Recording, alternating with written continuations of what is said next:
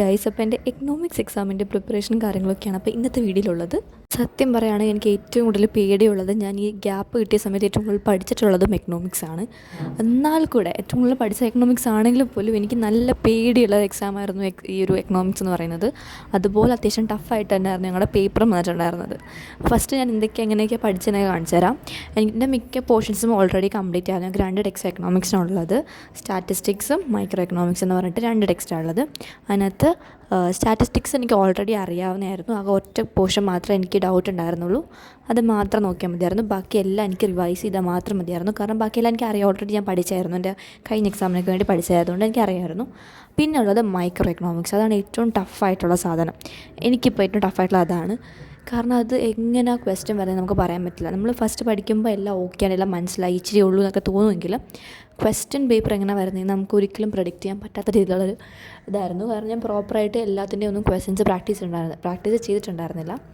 ഞാൻ കുറച്ചൊക്കെ ചെയ്തിട്ടുണ്ടായിരുന്നു. അത് വെച്ചിട്ട് എനിക്ക് എന്തൊക്കെയോ എഴുതാൻ പറ്റിയിട്ടുണ്ടായിരുന്നു. പക്ഷേ എന്നാലും അത്യാവശ്യം ഡിഫിക്കൽട്ടായിട്ടുള്ളൊരു എക്സാം ആയിരുന്നു ഇത്. ഞാനിപ്പോൾ എഴുതിയിരിക്കുന്നതിൽ വെച്ച് ഏറ്റവും കൂടുതൽ ഡിഫിക്കൽട്ട് എനിക്ക് ഇതായിട്ടേ പറയാൻ പറ്റുള്ളൂ. കാരണം ബാക്കിയുള്ള എക്സാംസൊക്കെ എനിക്ക് പിന്നെ എന്തെങ്കിലുമൊക്കെ അറിയാമായിരുന്നു. മൈക്രോ എക്കണോമിക്സ് ശരിക്കും ഞാൻ ഭയങ്കരമായിട്ട് ബുദ്ധിമുട്ടിയൊരു സംഭവമായിരുന്നു. ഞങ്ങളുടെ ക്വസ്റ്റ്യൻ പേപ്പറിൽ പാർട്ട് എ, പാർട്ട് ബി ആയിട്ടാണ് ഇട്ടേക്കുന്നത്. പാർട്ട് എ എന്ന് പറയുന്നത് മൈക്രോ എക്കണോമിക്സ് ആണ് ഫസ്റ്റ് ഇട്ടേക്കുന്നത്, 40 മാർക്കിൻ്റെ അത്. പിന്നെ പാർട്ട് ബി സ്റ്റാറ്റിസ്റ്റിക്സ്, അതിന് 40 മാർക്ക്. സ്റ്റാറ്റിസ്റ്റിക്സ് ഞാൻ ഫസ്റ്റ് നോക്കിയില്ല, ഫസ്റ്റ് കിടക്കുന്നത് പാർട്ട് എ ആണ്. അപ്പോൾ അത് നോക്കിയപ്പോഴേക്കും എനിക്കത് ഒന്നും അറിയാൻ പാടാത്തൊരവസ്ഥയായിരുന്നു.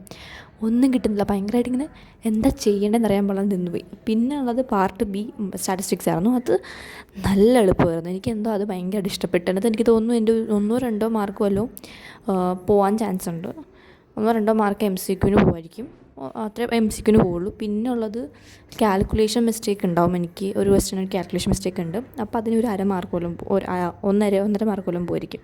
സ്റ്റാറ്റിസ്റ്റിക്സിന് 40 എനിക്ക് അത്യാവശ്യം നല്ല മാർക്ക് കിട്ടും. മൈക്രോ എക്കണോമിക്സിൽ 40 എനിക്ക് ഒട്ടും പ്രതീക്ഷയില്ല. അത്യാവശ്യം എഴുതിയിട്ടുണ്ട്, എനിക്ക് അറിയാവുന്ന കുറച്ചൊക്കെ എഴുതിയിട്ടുണ്ട്. എന്നാലും അത്യാവശ്യം നല്ല ഡിഫിക്കൽട്ടായിട്ടുള്ള പേപ്പറായിരുന്നു.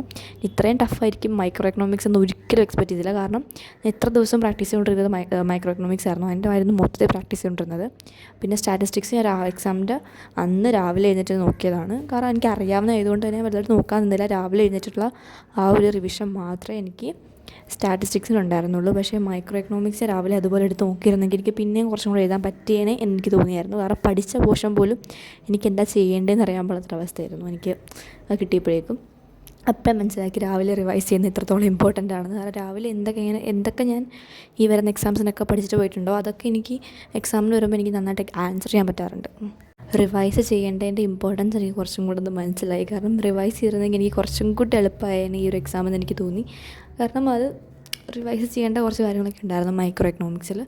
ഞാൻ റിവൈസ് ചെയ്തിട്ടുണ്ടായിരുന്നു. അത് ഞങ്ങളുടെ സ്കൂളിൽ പോയിട്ട് റിവൈസ് ചെയ്തിട്ടുണ്ടായിരുന്നു മൈക്രോ എക്കണോമിക്സ്. അതും ചെറിയ പോർഷൻസ് മാത്രം. അതൊന്നും എക്സാമിന് വന്നത് പോലുമില്ല. ഞാൻ വരുമെന്ന് വിചാരിച്ചിരുന്ന കുറേ കാര്യങ്ങളൊന്നും എക്സാമിന് ചോദിച്ചത് പോലുമില്ല. അതിലെനിക്ക് നല്ല വിഷമമുണ്ട്. കാരണം അത്രത്തോളം കഷ്ടപ്പെട്ട് ആ സാധനമൊക്കെ പഠിച്ചുകൊണ്ട് പോയിട്ട് അതൊന്നും വന്നില്ല. കുറേ ഡിഫറൻസസും കാര്യങ്ങളൊക്കെ പഠിച്ചുകൊണ്ട് പോയി, എന്തായാലും വരും എന്ന് പറഞ്ഞിട്ട്. പക്ഷേ അതൊന്നും വന്നത് പോലുമില്ല. പ്രതീക്ഷിക്കാണ്ട് കുറേ കാര്യങ്ങളൊക്കെയാണ് എനിക്ക് എക്സാമിന് വന്നിട്ടുണ്ടായിരുന്നത്. അപ്പോൾ ഇതെല്ലാം അത്രയുള്ള video. Thanks for watching. By.